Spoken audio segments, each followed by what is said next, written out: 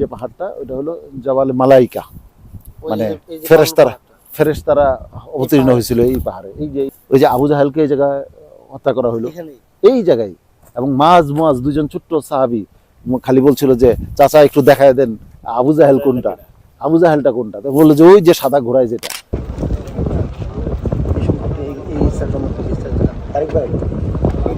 যে সাহাবায়ে কেরাম মানে পেরেশান হয়ে গেলেন এবং আবু বকর গিয়া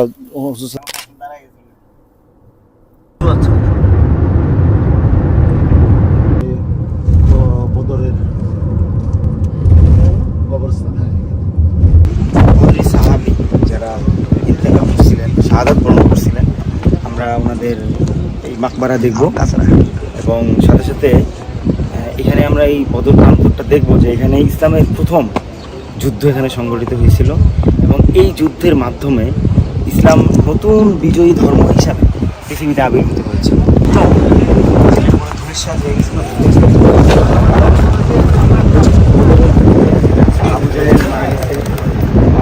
এখন যে জায়গাগুলো আমরা দেখতেছি এটা হলো বদর প্রান্ত এবং এখানেই বদরের যুদ্ধ সংগঠিত হয়েছিল। তাদের কবর বা তাদের মাকবারা এখানেও কোথাও আছে, যদিও এটা লোকেট করা নাই, কিন্তু বলা হয় যে কেউ কেউ বলেন যে এই এখন ক্যামেরায় যে জায়গাটা দেখা যাচ্ছে এখানেরই কোনো জায়গায় 14 জন সাহাবীকে এখানে দাফন করা হয়েছে।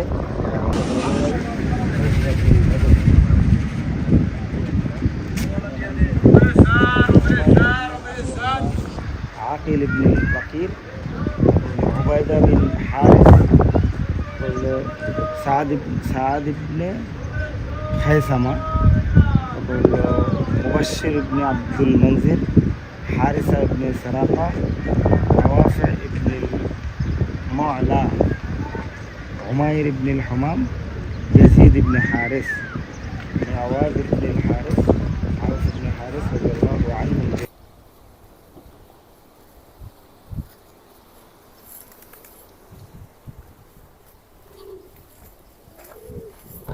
যে সাহাবায়ে কেরাম মানে পেরেশান হয়ে গেলেন এবং আবু বকর গিয়া রাসূল সাল্লাল্লাহু আলাইহি ওয়াসাল্লামকে বললেন, ইয়া রাসূলুল্লাহ, আপনি তো মানে আপনার দোয়া তো আল্লাহ কবুল করেন, আপনি এত পেরেশান হচ্ছেন কেন?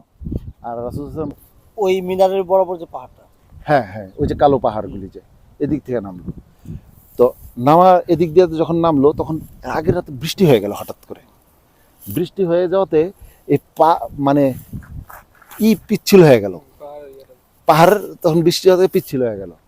আর এই জায়গাটা কিন্তু হলো বালুকাময়, বৃষ্টি হওয়াতে এইটা আবার কিন্তু হয়ে গেল, কি বলে, শক্ত হয়ে গেল, দাঁড়াইতে সুবিধা।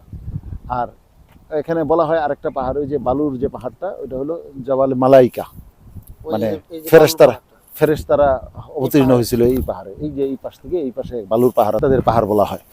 তো মূল যুদ্ধটা সংঘটিত হয় এই যে ময়দানটা, এই যে ময়দানটা দেখতে পাচ্ছি আমরা, এই যে খেজুর গাছ আচ্ছাদিত যে ময়দানটা, এই ময়দানটার মধ্যে যুদ্ধ হয়, প্রচন্ড যুদ্ধ। এবং বদরের যুদ্ধে ফেরেশতারা সহযোগিতা করছে, সব ঠিক আছে, কিন্তু প্র্যাকটিক্যালি আমরা যদি দেখি রাসূল সাল্লাল্লাহু আলাইহি ওয়াসাল্লামের যে রণনৈপুণ্য, এইটা বদরের ময়দানে এত চমৎকারভাবে আছে যে যারা বিশ্লেষণ করলে অবাক হয়ে যেতে হয়। যেহেতু মুসলমানদের সংখ্যা কম, তারা ওপেন ফাইটে না গিয়া তাদেরকে দায়িত্ব দিয়েছে ছোট ছোট গ্রুপ করে, মানে ছোট ছোট গ্রুপ করে দায়িত্ব দিয়েছে যে ওদের এক একটা লিডারকে টার্গেট করা, কোনো ইয়েকে টার্গেট করার দরকার নেই, যার কারণে মানে মূল মাথা ফেলায় দেওয়া, আর মাথা ফেলায় দিলেই মানে বাকিরা বিচ্ছিন্ন হয়ে যাবে। তো এইখানে ওই যে আবু জাহেলকে এই জায়গায় হত্যা করা হলো এই জায়গায়, এবং মাজ মুয়াজ দুজন ছোট্ট সাহাবী খালি বলছিল যে চাচা একটু দেখায় দেন আবু জাহেল কোনটা, আবু জাহেলটা কোনটা। তো বললো যে ওই যে সাদা ঘোড়ায় যেটা। বলতে দেরি মাজ মুয়াজ দৌড়ে গিয়ে তার ঘোড়ার ইয়ের মধ্যে মেরে দিল, তারপরে তো পড়ে গেল। পরে সর্বশেষ এটা অবশ্য মাজ মুয়াজ না, আরেকজন সাহাবী এসে করলেন। তো গলা কাটার সময় সে আবার বলতেছিল যে আমার গলাটা একটু বড় করে কাটো, সবার মধ্যে যাতে চেনা যায় যেটা আবু জাহেলের গলা, মানে বড় গলা আর কি। ওই সময় সে এটা বলতেছে। এটা বলে তো ওই যে যেমন যে মুসা আলাইহিস সালাম অহংকার কত, ওইটা উদাহরণ দিতে। তো ওখানে একটা কুয়ার মতো আছে, এটা এই জায়গায় বলা হয় যে এই জায়গায় আসলে এটা কি ওইটাই কিনা, যে কুয়ার মধ্যে 70 জন তাদেরকে হত্যা করা হয়েছিল। এবং এই যুদ্ধে মানে এটা প্রচন্ড রকমের আঘাত তারা পায়, কারণ তাদের একটা অহংকার ছিল যে তারা যুদ্ধবিদ্যায় এবং অন্যান্য দিক দিয়ে অনেক অগ্রসর, আর একজন নিরস্ত্র একটা বাহিনীর কাছে এইভাবে মানে পরাস্ত হবে, করা যায়। এটা তারা কল্পনাও করতে পারে না। ওইটা কি ওই যে পাহাড়টা সাদা? ওই যে বালুর পাহাড়ে, হ্যাঁ বালুর পাহাড়টার ব্যাপারে বলা হয় যে জাবালে মালাইকা, এটা ওইদিকে আরো গিয়ে বড় হয়েছে।